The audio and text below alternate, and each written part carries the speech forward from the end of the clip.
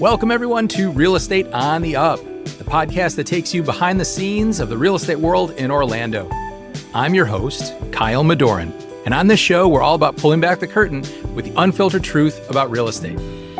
We're not just here to sell houses. We're here to provide concierge-style service because everyone loves being treated like a VIP.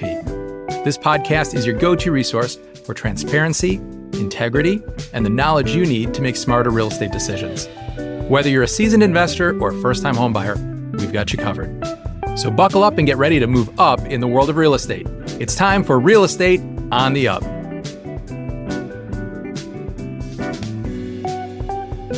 Welcome back to Real Estate on the Up, where we spotlight visionaries redefining the industry. And today's guest is no exception. Joining us is Christine Ann Elias, a dynamic force in Florida real estate and the inspiring team leader behind the Urban Dog Group at Coldwell Banker Realty, serving the Tampa, St. Petersburg, and Orlando markets. Christine is not just a top producing realtor. She's a trailblazer with heart. As Coldwell Banker President's Elite Award winner and Best of Blue recipient for 7 consecutive years, Christine has earned her reputation through a powerful blend of market expertise, compassion, and community service. Her innovative approach to pet-friendly real estate has redefined what it means to match homes with lifestyles. Known as the pet-friendly realtor, Christine is a certified emotional support animal realtor and a pet-certified agent, titles that reflect her deep commitment to both people and their furry family members. Her passion for animals goes far beyond branding. Christine served on the board of directors for the Pet Alliance of Greater Orlando for 6 years and continues to support organizations like SPCA Tampa Bay, Fluff Animal Rescue, Friends of Strays, and Pet Pal Rescue. With nearly 20 years of experience in sales, marketing, and strategic planning, as well as a 15-year foundation in construction, architecture, and engineering, Christine brings a truly multifaceted perspective to every transaction. And in Urban Dog Group fashion, a portion of each sale goes to a local animal charity of her client's choice. So Christine is proof that doing good and doing business can go hand in hand. So get ready to hear her unique story, market insights, and how she's turning real estate into a meaningful, mission-driven journey for people and their pets alike. So let's dive in. Christine, welcome to the show. Thank you for having me, Kyle. Oh, it is a pleasure. So we're going to have a fun conversation today because your perspective on this is so unique and the amount of charity work that you're involved in is so admirable. And of course, who doesn't love pets? So I think that this is going to be a great conversation. But I'd like to start by finding out a little bit about how you got into real estate because your journey is a bit unique. Yes, it is. I got involved in my current career rather late in life. I had no desire to be a realtor when I was younger. I wanted to be a New York City Rockette. I was a trained dancer growing up. So it's kind of far off that base. My father was a contractor. And so once I got out of college, I gravitated toward commercial construction and worked in the commercial construction industry doing sales and marketing for over a decade. I found that it was a man's world, which I could work fine in. I often saw that I was kept in middle management and kind of capped on where it could be. I knew because entrepreneur spirit was in my family that I could do it, but for years I was just afraid. Fear just debilitated me. I went through a bad divorce in 2012 and basically lost everything. And kind of a, I don't want to say it's a rags to riches story because I'm far from rich. I'm rich in a lot of ways other than money. However, it's sometimes you have to hit rock bottom in order to be so grateful for everything that you have every single day.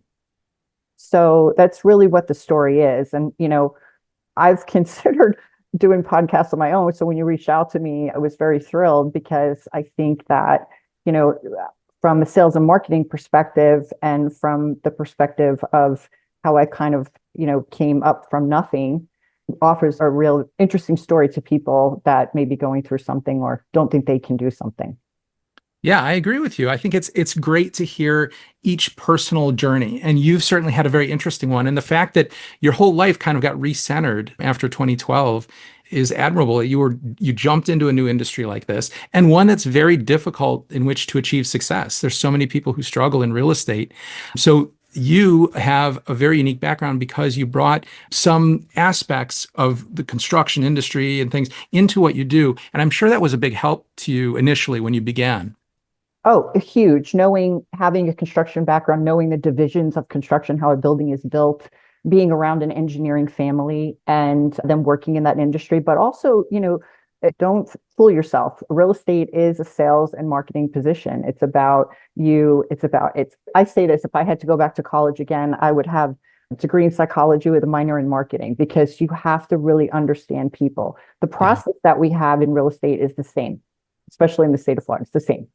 The only thing that's different is your client and how you interact with them, and for me, creating the niche market was just a way for me to be around like-minded people.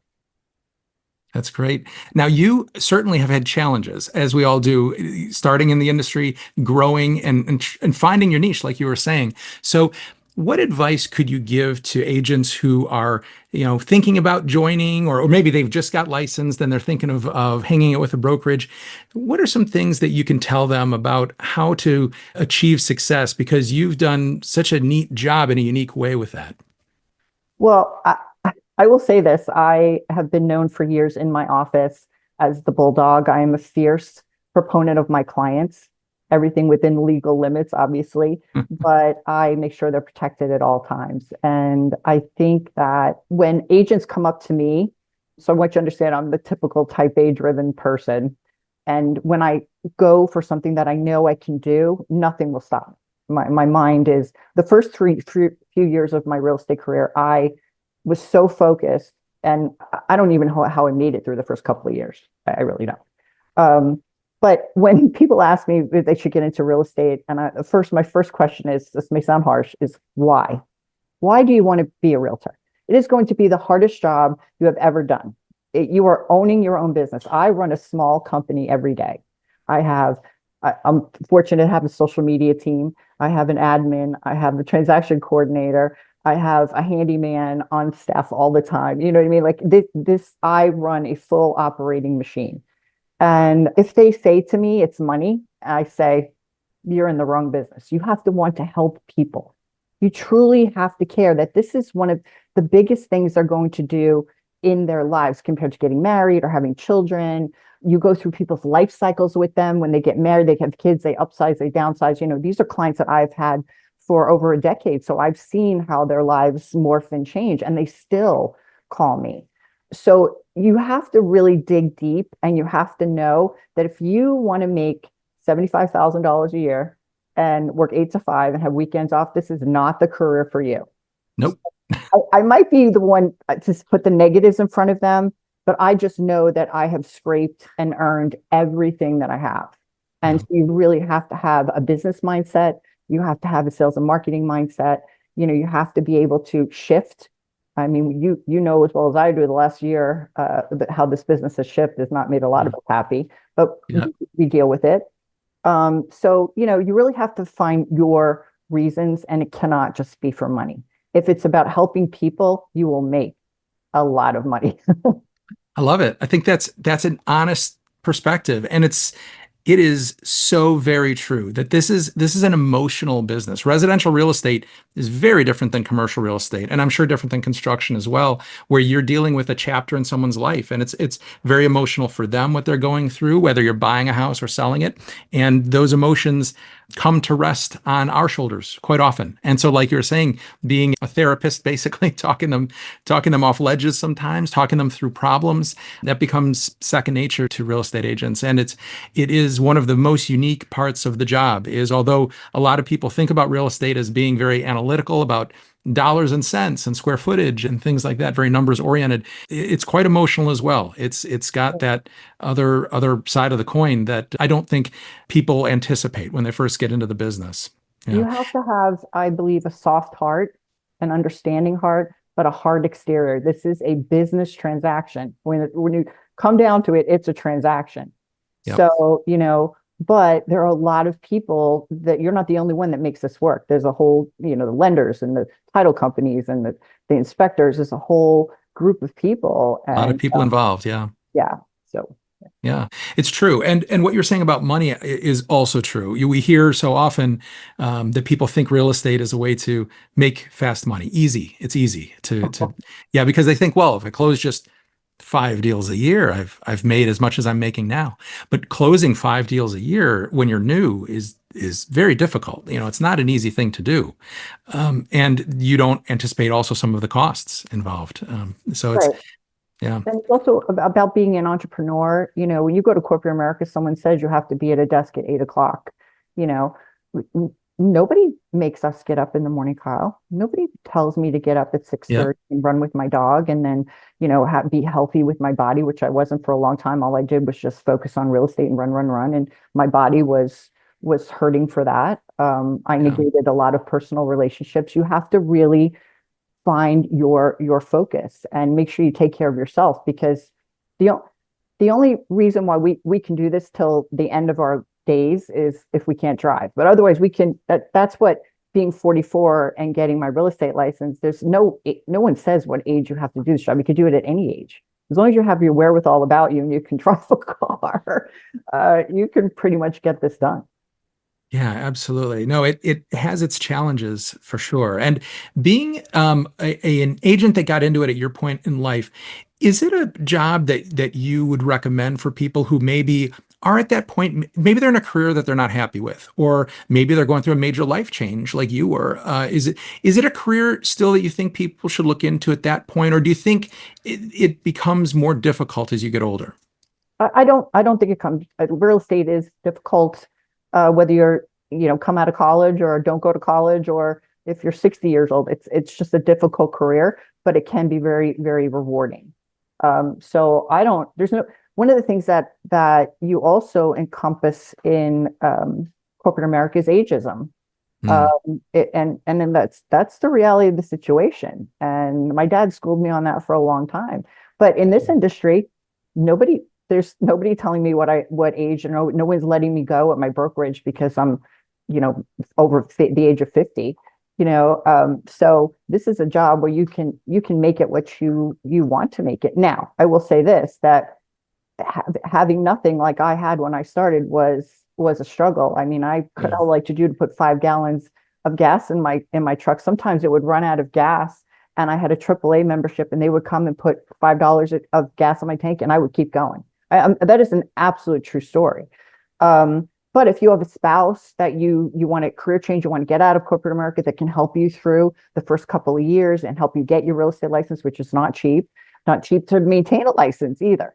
So, I think if you have someone who's supportive of you, you can do that. Or if you have the reserves to say, okay, if I don't make money for three to 6 months or a year, I'm going to make it through this. I'm really going to do this. It's a commitment, just like anything else. Yeah. And a lot of agents do hit that wall when they're first starting out, and they almost reach a point where can I really do this? Is this something? And you really have to persevere through it. And it is challenging. You don't have money coming in that's salaried to fall back on. So it can be quite challenging. Working in a commission-based job like this is tough. I always recommend to people that come up to me also that want to get their real estate license at any age is do not go to work for 100% brokerage. You need people around you who are going to train you, because the only thing, correct me if I'm wrong, the only thing that I felt that the state test taught me was not to rip anybody off. I don't How to remember stay out of jail. Keep I yourself don't and your remember, customers out right. of jail. Yep. I don't remember meets and bounds or anything like that. Not that I have to, Yeah. but like how to be an upstanding person in a legal contractual industry. And so I think that, yeah, I don't know. I was passionate about it. I always wanted to do it. I just needed the kick in the butt to do it, which was it's this or 7-Eleven, and I know I can do it. I was always one that always put my mind to something. I knew I could accomplish it. And I didn't want to make $75,000 a year anymore. I didn't want anyone to tell me what my ceiling was. I wanted to be able to live the lifestyle that I had dreamt of. I love that. Yeah, there's no ceiling. You climb as high as you are able, as high as you want to go. And what you said before, I want to make sure we keep that loop, because don't join 100% brokerage. I can't tell you when you're a new agent how important it is to join a brokerage where you're going to get the training and mentoring and foundation that you need to be successful. And if you join 100% brokerage, guess what? You're paying your monthly dues or your fees, whatever it is. they don't care if you close any transactions because they're not getting a cut of it. They're going to collect their money whether you're successful or not. You need to join a brokerage that's going to invest in your success. That is so very, very important. And that's a great point. Thank you for bringing that up. You're welcome. Yeah, it really is. There's so much legality to it. And even with the brokerage that I've been with only two brokerages. I've been with this one since 2017. And the depth of their ethics and professionalism and knowledge and legal team. This is another thing that, you have to realize that sometimes things go awry. And Right. you work for 100% brokerage, someone sues you, you have to hire the attorney. When you work for a large 104-year-old corporation like I do, or others like it, they have depth to it. They can help you navigate those situations because it could bankrupt some people depending on how things could go. Right. Absolutely. Anyone listening can hear that you are very passionate about what you do, and your passion extends into charity work that you do, especially on behalf of pets, which is so unique because I've never heard of an agent who has dedicated themselves to this in the way that you have. And so I'd like to learn a little bit more about it and for you to explain to people what your involvement is. So let's start with talking about how you give back to the community through real estate. Yeah, well, I knew when I was very young, Kyle, that I didn't want to have any children. I knew I wanted to have four-legged children. So I had a deep passion for animals from the time I was a child. And if I can take it from this perspective, I was in my career a couple of years and I was thinking about there were 14,000 realtors in Central Florida at that time. And I'm thinking, how do I make myself different than everyone else? And I think the gift that I had was that I had a marketing background. So I really thought about, and I had been involved in different corporations I worked for in like think tanks and changing processes, where really people get really creative in a corporate environment. And I was fortunate for that. And so I thought about the two things that I was passionate about. I was always passionate about animals and I was always passionate about real estate. Either way, I was always around building something. And I thought, you know what? This is what's going to make me different. This is what's going to make me happy. And I paid a designer on Fiverr $35 to come up with my logo. I didn't have anything else at the time. And the logo has morphed since then. And then our mission statement as well has, kind of changed a little bit. But what I really thought was I really wanted to identify with the type of client that is like-minded like me, that has their pets or their children, their pets or their lives. Like everything is about the health of their pet and the happiness of their pet. And I thought, I also realized that I knew, because I also did commercial real estate, right? I was around commercial real estate for so long. I knew zoning laws and building codes Oh, where people could have, I got one lady, I have five dogs. I'll give you an example. I'm renting a house and I have five dogs, and I'm like, well, no landlord's going to want you. So let's get you in a financial position to purchase your own home. And I'll make sure that neighborhood, that community, that zoning allows for that to happen. So, so I had that background as well, that I knew I could really be in depth with the type of buyer or seller that I was working with. And just to be conscious of if you're selling and the house is occupied and, all these things went through my mind about how we could be protective of the pets, just like any other family member. So. that's great. It's so interesting that's what you gravitated towards. So many of us love pets, but you've turned it into such a key part of your business model, which I love. And I think that if other agents find a way to take things that they're passionate about and work them into their business too, it will help differentiate them. And like you said, how do you stand out amongst all these agents? And there were 14,000 at the time when you joined, but I think there's almost 24,000 now, something like that in Central Florida. So it's I would not doubt that. Yeah. yeah, it's crazy. So you're right. That's a wonderful way to do it. Before you talked about how when you're a new agent, especially, you don't have someone looking over your shoulder. You don't have a boss telling you what hours you have to work or what you have to do. Now you have a lot of things going on in your life, a lot of things you're involved with. How do you balance your business growth with community impact and also make sure that you're staying on top of everything you need to do with real estate? Some people call it time management, some people call it self-management. What's the key to how you've been successful with that? Well, hopefully I can answer this correctly. I wanted to walk the walk when I became the pet friendly realtor in this community. I wanted to walk the walk. I wanted people to know that I was just not, this was just not a mantra. It was what I really live and believe and was passionate about. And I've been involved with animal rescue in Orlando since 1999. I started out Wow. with feral cat, TNR rescue. I still did that up until my early days in my career. After I started making, some money, I couldn't afford to go out and trap cats and catch dogs or whatever they were doing. But I was fortunate enough, I had the funds that I could donate to those people or those organizations that did those things. So that's where the Give Back program came in, was that like, listen, we just don't speak of how we care about homeless animals in our community. We give back to them. So a portion of every sale either goes to our clients' animal rescue of choice or to the Pet Alliance of Greater Orlando, or now, one of the locations here in St. Petersburg. So, I wanted it to be true. Up to this date, I'm still a major contributor to Pet Alliance of Greater Orlando. They're building a new facility. I'm still a contributor to that. And we've donated about $60,000 to Wow. since 2016. That's So amazing. yeah, and that continues. It's just it's a part of the culture. Mhm. And here's another interesting thing, and my sales manager in Orlando says this to me all the time, that this never happens. I might be going a little off topic. This never happens to any other agent. I get a phone call in 2019 from a buyer. She says, "Hey, we're in Oviedo. We're moving down from Atlanta.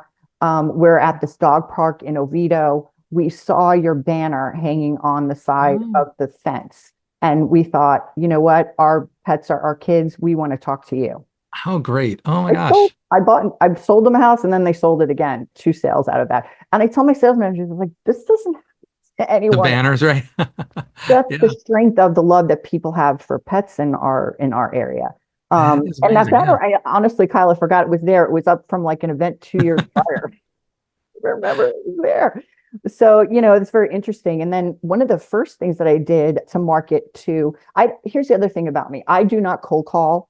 I do not door knock. I don't like it. I like a one-on-one. I want to get to know people one-on-one, right? So what I chose to do for prospecting is very different than any other agent. I chose to do animal nonprofit events.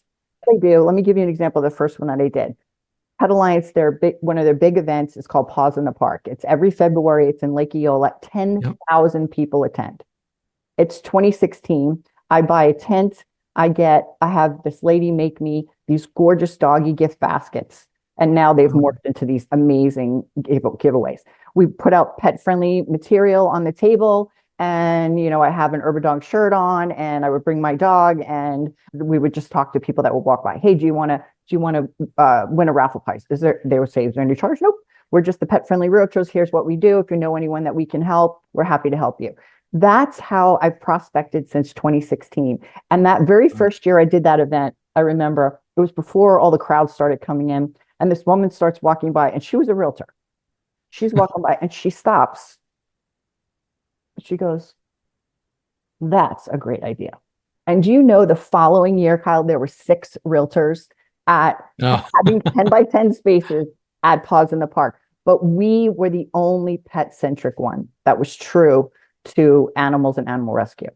Yeah. So I mean, you're the only one that I know. So that's, I think, amazing. Yeah. So you have built your business obviously on the foundation of the charity work that you do, your passions and the organizations you're involved with. But a large part of becoming successful also is leveraging the loyalty of your customers. And that's become very, very important with building long-lasting relationships and then getting referrals from those customers as well. So I know for a lot of agents, especially new ones that haven't had a chance to build those connections yet because they don't have enough business under their belt. So, Christine, you have built a business that is exceptionally unique because you've leveraged your passion, your love of animals into making you successful. And a big part of that success has also come from past customers and client loyalty and making sure that you're working with your past customers in such a way where they know you care. You've built these relationships that are very deep and meaningful. So there's so many agents out there that have trouble with this, or they haven't had a chance to maybe do that yet because they're still getting their feet wet. They haven't built those relationships yet. So what sort of advice can you give to agents of how you've maintained your customers' loyalty like that and built a business where you have lasting client relationships? Well, especially in the beginning when you get your license, you don't have money to spend on leads, $2,000, $3,000 a month. I know there are a lot of agents that do that. I would suggest you go to work under a team that would feed you leads, and then you pay a percentage of that. Do floor duty, do any open house you can possibly do, cold call, door knock, those things, FISBOs. Try to do everything that you can do to build your client base to get that client. Once you get that client, now this is where the rubber hits the road. I knew how expensive it was to be a realtor, to pay for leads. And Mhm. of course, I've done it like everyone else has done it. But I do my best to do the best job I can the first time. And that's how I continue to get loyal clients. And clients, I have a client right now who I met her through doing a spay and neuter event for homeless cats. And Oh, I've never sold her and her husband a house, but she has recommended like 6 or 7 people that she works with. And wow. now I have her friends that they go on cruises together. So yeah, I've never sold her a house, not one. But she speaks so highly of me because of her coworkers, know they had a great experience. So Yeah. for me, this business being so expensive, I want to make sure I do my very best job to get that repeat business. And, like right now, my business in Orlando is all repeat business because I was there for the greater part of 8 years. I'm building my business in St. Petersburg. That's why I'm so involved with the programs down here. So, and of course, having agents in either place helps because you can't be everywhere at once. But I think just really doing your very best, giving full disclosure, and as well as I do, real estate is all about disclosing information to your client. It What they is. do with that information is up to them, but just being open and honest and having good, fair conversations. Not everyone is easy to deal with. I'm sure you know that, but just doing the very best that you can. You have to know you're not going to please everybody, but if you can please enough people to have 3 to 4 closings a month just on referral business from the last 5 or 6 years, and that's how long I feel that it took me to build a referral business. It was a good 5 to 6 years before Yeah, I think that's true. I think that's about how long it takes. But it self-perpetuates then if you do a good job. You continue working that book of customers that you have. You dedicate yourself to exceeding their expectations and providing great customer service, and the business will keep coming. And I love the fact that you've done it in such a unique way. Thank you. Yeah, when people refer to me, it's a gift. I'm like, oh gosh, Aw, like, it is, yeah. thank you so much. My neighbor in Orlando, he referred a good friend of his he's known for years, and he was like, he's never used me. He's like, oh, she's the best. She's the best user. And these people they refer to, they don't even question it. They're like, he's my best friend. You got it. They don't even question it. So it's Um, just really thrilling. But you're right, you have to stay on top of it. You can't ever be lax with it. You have to be grateful for these people coming into your life, that you treated other people well and it came to you, so it didn't have to cost you money to buy a lead. I mean, Absolutely.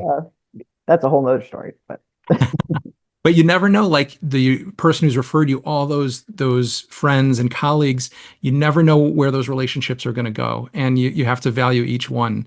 It's very special when you get connected with someone like that. it really is. And I will say to you, one of my greatest friends was a lead. She's phenomenal. We're very different. I'm the city mouse. She's the country mouse. But we have a great time together, and she's a phenomenal person. And, just think about business brought a friendship. It just, it's very rewarding. That says a lot about the way you do business. Absolutely.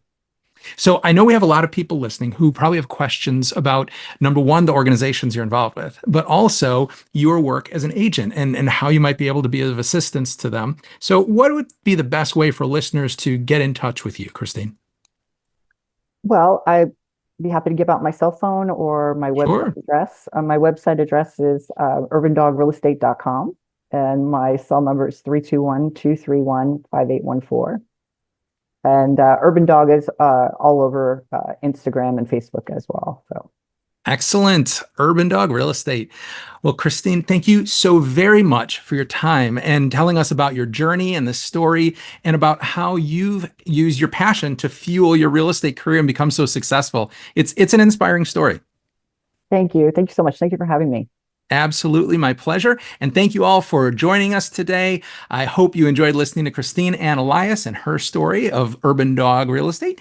And if you have any questions about her business, please reach out to Urban Dog. She is amazing at what she does. St. Petersburg and Orlando, Christine Ann Elias. Thank you again for your time today. And everybody, thanks for tuning in and joining us on Real Estate on the Up. We'll see you next time. Bye-bye. As we conclude another eye-opening episode of Real Estate on the Up, I want to express my appreciation for joining us. Thank you for being a valuable part of the Real Estate on the Up community. Your time and engagement mean the world, so make sure you subscribe and leave a review. Your real estate goals are my priority, and my team and I are here to provide the personalized attention and service that have earned us high recognition. If you have questions, need guidance, or are ready to make a move, don't hesitate to reach out. I'm just a message away. I'm Kyle Madorin, one of Rate My Agent's top 100 in the United States, signing off. Until next time, take care and make those real estate dreams a reality.